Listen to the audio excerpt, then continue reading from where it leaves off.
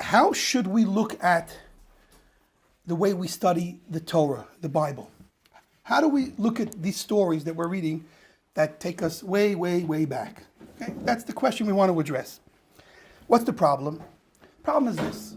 Take anything we want to try to connect with from the past. Talk about a generation gap. It's hard to connect with the generation. How many? Just one generation. Forget about many generations. So how do we really connect with a story that's not a generation gap, but a millennia gap? We're talking about 3,000 plus years ago are the stories we're reading right now, especially the whole Sefer Bereshit, the beginning of Genesis, and now the story of the Exodus, the Jews in Egypt. This is all plus 3,000 years. So what does that have to do with me? How do I relate to such an old story? Seemingly maybe nothing, and that's why many people take a look at Bible study. Imagine the kid in class. I can just imagine the example of a kid in class, and in these days you got a lot of distractions. Everything else you can imagine is what he's focusing on other than the book that the teacher's talking about. Hey, put that phone away. Just kidding. The first plague was turning the Nile River, into blood. Okay, so we have the subject of this miracle, the object that was used was the river. What is so important and special about this river that it is the first plague, the first thing that God decides to do in this now sequence of events of a series of plagues, in the idea of waking up his people, the Jewish people, and really waking up the world to a new reality. The river was really what the Egyptians worshipped as a god, and it was a source of their economic prosperity. We today live in a very modern world. The idea of agriculture is a bit distant from certainly the forefront of our minds, and even probably the back of our minds. Once upon a time, sustenance, survival, depended on agriculture, which depended on rain. Yes and no, because water. It depended on water. Now, how does most of the world get its water? Unless you live near a natural body of water, from rain. So rain and sustenance are synonymous. That is why, in fact, the first thing that Adam did when he was created, on that very first day of creation, let's kind of reframe and get a more precise look at a world Adam was born into or created into in this context. So when he was created, he looked around and saw all of creation, and something was missing. What was missing in the creation he saw? According to tradition from the sages, and they pick it up from the different nuances in the verses, when he was actually created, there was no plant life yet, no fruit trees, no herbage, nothing. There were animals, and then two human beings, Adam and Eve. That's all there was in the beginning of creation. And that presented a problem for Adam. What was the problem that Adam was presented with? A lot of people, well, not a lot of people, but a lot of creations that needed food, and there was no food. So Adam, of course, having a deep perception of the essence of creation, understood what was missing. What was missing? Obviously, aside from food, what was missing was a catalyst to bring the food. Now, why didn't God create the world already full of its food, all of the sustenance that would be necessary? Why not? When I want to make a party, right? I had my 50th year pass, and I wasn't so big on that big party, but let's say I'll make it for the 52. I'll do a big 52-year birthday. In Kabbalah, the number 52 actually is a very deep number. So I'll have a very big 52-year birthday party, and I'm going to invite all of you, Billy Neder, you can all come, and many others. And of course, what's the first thing I'm going to do before I invite all of you to this party, which we'll say starts at 8, which really means at 9, I'm Sephardi. Actually 10 o'clock if you're Sephardi. It starts a 7:45 if you're Ashkenazi. Anyway, so what am I going to do? What's the first thing I'm going to make sure I have ready if you're all going to come? Let's say I'm very popular and I have 400 or 500 people come to this party. What am I going to do first? What's the first thing I want ready for these 500 people that are coming at 8 o'clock, 9 o'clock, 10 o'clock rock? Yes. The food? The food. You're going to come into a party and you're going to want a nice buffet. Nice buffet, dessert area. You're going to want it all. If you come to this party and there's nothing there but me smiling, you're going to be very disappointed because you did not come to see me smile. I mean, maybe at the end, after a few l'chaims and my smile is more bearable, but you really came for a good time and a party which requires food. So the big question right now is, why did God create a world and put so many creatures, all of the animals and Adam and Eve in this world, and there's no food for them? It's a bit backwards. First put the food and then bring the people. So that's a big question, and the answer to that question is this. He wanted Adam and Eve to be in a situation where they realized that they were in need, that they weren't self-sufficient, okay? That they needed something that was beyond their reach, absolutely beyond their reach. And that was, in this context, rain. They needed rain to water the world, the earth, and then all of the produce would sprout. Now it's interesting because if you look at the verses, God in the Torah says that he created all of the fruit trees and herbage before Adam and Eve, but miraculously was held beneath the earth's surface. So it was all there waiting to just pop out, like surprise, surprise, open up a box, boom. So it was all waiting there. It was all really done. It wasn't that God forgot to open up the box. It was all done, ready and waiting for human participation, for Adam and Eve to come in and do something and have a part in that creative process and sustenance. But the major lesson was, I need you, Hashem. We need Hashem. We cannot accomplish the goal on our own. The ultimate goal and the ultimate success in this endeavor of sustenance is beyond me, and therefore I need God. So what did Adam do? He prayed. The first thing he did was pray to God, and that first prayer was for survival, was for sustenance. And he prayed to God on behalf of himself and all of creation, and then it rained. And then miraculously, everything just sprouted, and then they had their party. That's how it started. That's how everything started. So now let's get to the Nile River, and it's really the challenge that it provided and presented for the Egyptians. If I don't need rain, then I lose a level of that dependency on God. So they were smart, very smart, and they were very powerful. They were a nation of sorcerers, and they were able to manipulate nature and spiritual realms, and they really knew how to be on top. They were the strongest, most powerful nation perhaps that ever lived, ever. And power was like this midget. According to the old tradition, he was really a midget, and he was the most powerful person in the world. Yeah. Now, so let's get to the actual problem. So the problem is this: if I can take a river and use irrigation to build canals and filter that, draw that water to where I need it, then I don't need rain anymore. And if I don't need rain, then what don't I need? I don't need God. I don't rely on God for my sustenance. Now, foolish Pharaoh and the Egyptians and anyone that thinks this way is that I can do it all by myself is who put the river there. But that's an easier mistake to make, because once I see the river day after day after day after day, and add a few, then I will forget that it was by God's grace that it's there, and I will consider it my own. Especially that we know that the rules of law in this world is once I establish possession of something, it becomes mine. And so once that river was Egypt's river, so after time, it was theirs, and they forgot that it was given to them by God. So you have a nation of people that believe in themselves, that worship themselves. Worshiping the Nile was essentially also saying that I can do it all on my own. Worship of the self. I don't need anyone or anything, not even God. That was the mistake of the Egyptians, and that's what it means that they worshipped the Nile River, and that it was the source of their sustenance and their success, economic success. It was because they were economically independent that they lost their connection with a higher force that they needed and to connect with. So that was the basic mistake of the Egyptians. Therefore, God said, I'm going to strike the Nile River first, because that is their God and that is their source of sustenance.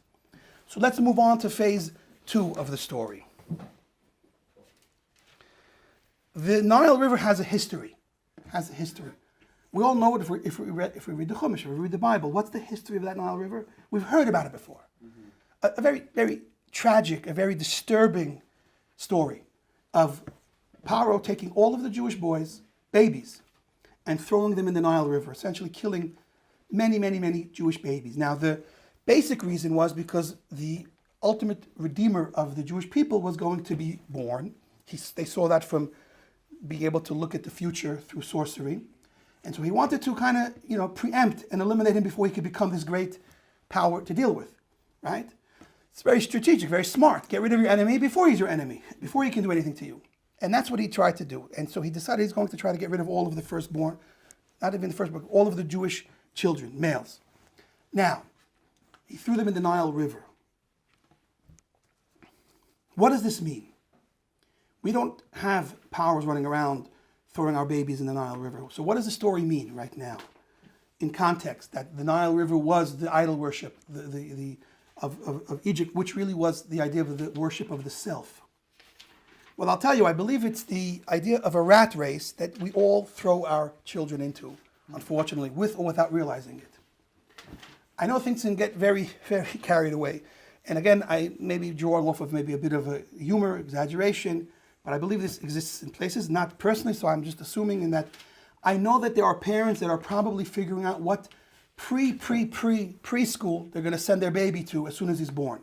Because it's all about who you know and what your connections are and what school you come from. And so before a baby's even born, it's already planned out what preschool he's going to, what baby school, whatever, what elementary school, what high school, and of course, ultimately, what university he's going to be in. And so, unfortunately, what people do, without even realizing it, is they take their baby, pure, innocent, wholesome baby full of worlds of potential, and throw him in a rat race, throw him in a factory line, a production. You know, I can bet you, most of you guys are from America. America! Hands up, America! Yeah! Okay. You're not from America? Where are you from? Yeah? Yeah. America. Oh! Okay, you're not into the America thing? You're not? No, I was looking around. I realized most people are not from America. Well, they were just lazy. They didn't pick up their hands. I mean, not all of them. This is South Africa. South Africa. Yay for the South Africans, but I mean, the country's not so cool right now, but that's a different story. Anyway, back to America. So, I know I look young. I know you're going to be surprised when you hear this. But I have a stamp on my back. Not a tattoo. Not a tattoo. Made in America 1972, which makes me 51 years old. Okay, we all have that. We've been produced. On some level, we've been produced. America made me in 1972 in Brooklyn, which means I needed to get a new passport when I moved to Florida, because Brooklyn's like its own country. Okay, has its own talk, own country, own attitude. I mean, I still can get rid of the Brooklyn attitude. You're from Brooklyn, right? Or New York, at least. They know that. I haven't lived there since I was 6 years old. But anyway, 1972 America, produced, factory line, rat race. I was thrown into it. We all were thrown into it on some level. And that's what it means to be thrown into the Nile River as a baby. It means, what are you living for? What are you a slave to? What do you worship? What's your cult? Because whatever you live for is your cult. Whatever you're dying for is what you're living for. Whatever you're living for is what you're dying for. Because every moment you live is a moment you give to something. And whatever you gave it to is the definition of your life. And so if you're running from one point to the next, because you're in this race and you can't get to the end, you have to get to the end, that's not living, that's not life. And so throwing the Jewish boy into the Nile River is throwing them into this fallacy of success. I am my own maker, and I am my own provider, and I must become a success. And that means, in America today, money or university, right? Money. I have a joke. I think it's a cool joke. People ask me, so what were you doing, until you became religious and started to learn in yeshiva? I said, I was working on my faith. I was working on my emunah. My big thing was emunah, faith in God. I was just, my whole life, I didn't realize, but I was just working on growing and expanding my faith in God. What do I mean? I mean, in God we trust. I was collecting Benjamins and dollars. I was just trying to make as much money as I could because each one says in God we trust. And so I was essentially building my faith in money and in me, but not God, because it says in God we trust, but I mean, that's the last thing you think about when you're making your money, especially when you're robbing, cheating, and stealing to get it. So I'm not confessing it, I'm my priest, but story for another time how I actually got all that money, but it's all gone anyway, because it all went in the pocket, out the pocket. It's all gone, so I don't have anything to show for all that wealth, except maybe something to teach you about it. But anyway, we'll continue. So one of the interpretations of throwing the Jews into the Nile River is the idea of Jewish boys is taking them and throwing them into this fallacy of the rat race of America and other Western civilizations, is that it's all about success, power, money, university doctorates. It's all this idea of what's going to make me into something that's worthy, that's important, I'm missing the exact word, but with this story now you'll understand what word I'm trying to get to, and that is this. Cute story. There are two versions of the story. There's the Jerusalem version and then there's the American version. The Jerusalem version, it takes place on a bus because many normal people just take the buses because there's not, there's a lot of traffic and cars are expensive. And so I will admit that, I take the bus all the time, but in America I drove everywhere. And so in America, people don't always take the bus. In America, the story takes place on a nice plane. We'll make it first class because, just to get as fancy as we can. So here you have two grandmothers sitting in first class, taking off where?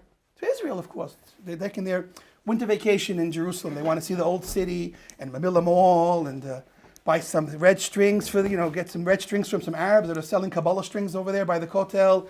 Like, what are you doing selling a Kabbalah string? It's like the biggest joke I ever saw in my life. What does he know about? Anyway, story of another time. So these two grandmothers are sitting on the plane, first class. They're going to Jerusalem. Can't wait to go shopping in Mamilla Mall as if they haven't had enough shopping in Aventura Mall and Galleria Mall or whatever mall they're coming from. And so they're on their way, making a conversation. Hi, how are you? I'm great. I'm great. What do you do? What do you do? What's your kids? So all of a sudden they get to the kids. Grandparents love to talk about their grandkids, or parents talk about their kids. So what's the story? Well, my son, he's a doctor. Actually, no, the story goes the other way. First, the mother whose son is a rabbi starts. My son's a rabbi. So then the other lady's like talking about her son, and it's my son's a doctor. And the woman that started off by telling that her son's a rabbi, in the end, after the conversation ends, she adds, my son could have been a doctor. My son could have been a doctor. It's a very subtle joke. I don't think anybody laughed because it's really not a joke you laugh at. It's actually sad.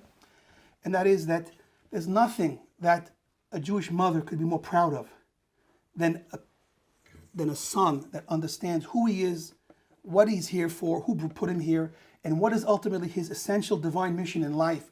And to have had that conversation with God enough times that he's a rabbi, that when people need spiritual advice, soul advice, they know where to go and he's the person they go to. There's nothing greater in this world today than an honest, hardworking rabbi. Nothing better. There's nothing beats that rabbi. And the bigger that rabbi gets, the more famous he gets, and then you get to the Gedolei Yisrael, the leaders of a generation, the Moshes of our time. There's nothing greater than giving your life to serving Hashem and learning about Hashem and His ways and this world, and being a walking Bible, a walking Sefer Torah, because it doesn't just mean you have knowledge in your head. It means you've transformed your physical body into a walking angel. And so there's nothing greater. Yet many people in America, many people around the world, Jews that are American first and Jewish maybe fourth or fifth, I'm not sure when Jewish code comes in, forget what it really means to be alive and what that element in you that is the source of your life, who you are, what you are, why you're here, who put you here. And so this mother, at the end, is like a little bit of a, disappointed because her son's not that famous doctor, successful doctor or lawyer or millionaire that owns a lot of businesses and stepped on how many people to get those businesses. So that's the fallacy. That's throwing your child into the Nile River. Not having even any gratitude for God for giving you that river. Certainly, if you were relying on rain and praying to God all day, every day, then you would be appreciative of the fact that the source of your success is not you. You are not the end all. It's Hashem. God, it's God's world, and we are visitors in God's world. And that's what Egypt forgot, and that's what Hashem came to remind them. You forgot somebody very special and important.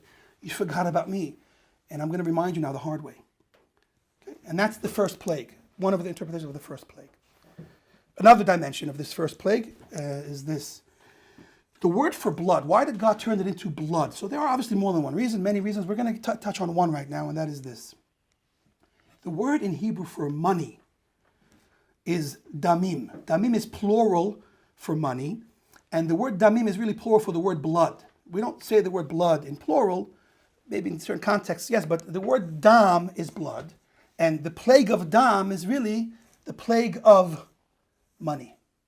And it's connected. Like we said, the economic success of Egypt was money. So what does it mean to be a slave to your money? A slave to money. That's the other message here. It's related, but it's the other side of the coin, so to speak, no pun intended, but that's the other side of the coin, and that is this. We say in Shema, in the prayer that we're supposed to say twice a day, every day, for men that have this time-bound mitzvahs, we say that you shall love the Lord your God with all your heart, with all your soul, and with all your might. Ve'ahavta et Hashem Elokecha b'chol levavecha, b'chol nafshecha, u'b'chol me'odecha. Love him with all your heart, with all your soul, and all your me'od. Your me'od is an interesting word. Me'od, it means your might, your resources.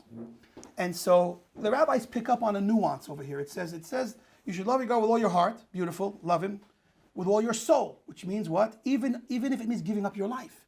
Because we said what you live for is what you die for. They're just two sides of a coin. So living and dying is really one thing, and what you live for is what you die for. And ultimately, if you live for God, then you're ready to die for God. And so giving up your life for God, for truth, for who you and what you really are, that's noble. Killing for God is not so noble. There's jihad. Interesting. There's Jewish jihad, and then there's, we'll call it animal jihad, but they'll get upset when I call them animals, but there's the jihad of Islam and the Arabs is I kill in God's name, I kill God's children in God's name, or I'm ready to give up my life for God. Two entirely different things. One is holy and sacred, and one is barbaric and evil. Okay? That was a side point, just to clarify, we'll get back to the point, is this. So, the order is a bit obscured. It says that you should love God with all your soul, even giving up your life, and then it's as if that's the climactic, unbelievable, we gave it all. And then it says, and also at the end, and also love him with all your money. And the sages pick up and wait a minute, shouldn't money have been before that? Modecha is money? Yeah, Modecha is, according to the Drush, is money. So all your might, all your resources, is all your money. So what are you putting love your God with all your money after all your soul? Seemingly you've reached the top, you've given it all. Money should be before or leave it out. So the sages answer, contrary to what we would think, is in fact there are people that love their money more than they love their life. And that's the very, very, very difficult statement which we're going to address right now. First, I want to clarify what it doesn't mean. It doesn't mean that famous Jewish joke where there's an old man that could barely hear, that's being held up at the corner by some, armed robber. He's really raising money for the poor. That's really what he's doing. He's just using a gun instead of words. So here, I'm raising money for the poor. I'm that poor guy, and I'm offering you the mitzvah of tzedakah. So give me your money. And the old man is just not answering, like, hey, old man, you don't hear me? I'm talking to you. Your money or your life? And he's like, I'm thinking. Trying to decide which one. Am I going to give you my money or my life? Obviously, that's not what the rabbis mean by a person, loves his money more than his life, and he's willing to give his life and he's willing to give his money, because that would be stupidity. No one is that stupid. I mean, there are people out there that will challenge my assumption, but no one normal is that stupid. So it doesn't mean that I'm willing to die instead of giving up my money when someone's trying to rob me. So what does it mean that I love my money more than I love my life, that I live for my money more than I live for my life? And that is this. We started off saying, what are you living for? Are you a slave to your money, or is your money there to serve you? Is your money helping to facilitate and enhance the quality of your life? Or are you just addicted to the power and stature and that feeling of self-worth that you have the more you build up your faith in God we trust? Every dollar bill you have, the more you believe in who you are, because you are defined by your money. You are defined by your external assets. And that is a fallacy, and the most foolish thing a person can define himself by, because nothing outside of you can ever make what's inside of you any greater. It's the opposite, because people have no value of who and what they are inside. They're looking outside for it all, and it'll never do the trick. You cannot put a metal car inside of you. That you can have a Porsche, you can have a Lamborghini, which I would take if someone offered it to me for free. I'm not saying don't take one. But would I give my life for one, a piece of metal? That piece of metal is there to take you from point A to point B. If you're accomplishing nothing and don't know why you're going from point A to point B, then so does that Porsche and Lamborghini have no purpose and it's worthless. If the house you have is just you're gonna fill it up with people that are gonna hate you and just want whatever you have to offer them and not even respect you and care about you as a father, then what have you done? You haven't built a home, you haven't raised children, you've given them sneakers, you've given them computers, you've given them phones, That's the new thing today. A father is a mall. Abba, I need a pair of Kolhans. Abba, I need a new phone. Abba, I need to do this. I need a vacation to Honolulu. What are you there? What is a home for? A home has a real purpose, a home. And a car has a purpose. You want it to be comfortable? Fine. Nice, comfortable leather seats. You want it to go from 0 to 60 in 2 seconds? You're not ever going to do that anyway, so what do you need it for? So the idea is, again, what am I living for? What am I worshiping? What am I giving my life for? If it's for more money in a bank account, in a box, then I'm a slave to that money. It's not working for me, I'm working for it. That's the idea of the river being turned to blood. When you take the idea of a river, which is meant to be the source for your sustenance, and you worship it, and you turn it into what you live for and what you give your life to, then you've turned the river into blood. Because blood is your life. The blood is pumping through your veins. That is your life. And you're giving your life to money, stature, success. And that is not the point of those things. Those things are there to help you accomplish your ultimate goal, to help you become the man, the person, the woman, man, woman. Choose. Not either or, choose. The man or woman that God created you to become. And use all of the assets and all of the elements in this world to help you accomplish your goal, not to pervert them and yourself in the process. And that is the message of the first plague, because it starts with the idea of worshiping the self. It starts with losing your focus on where all this began. It all began with God himself.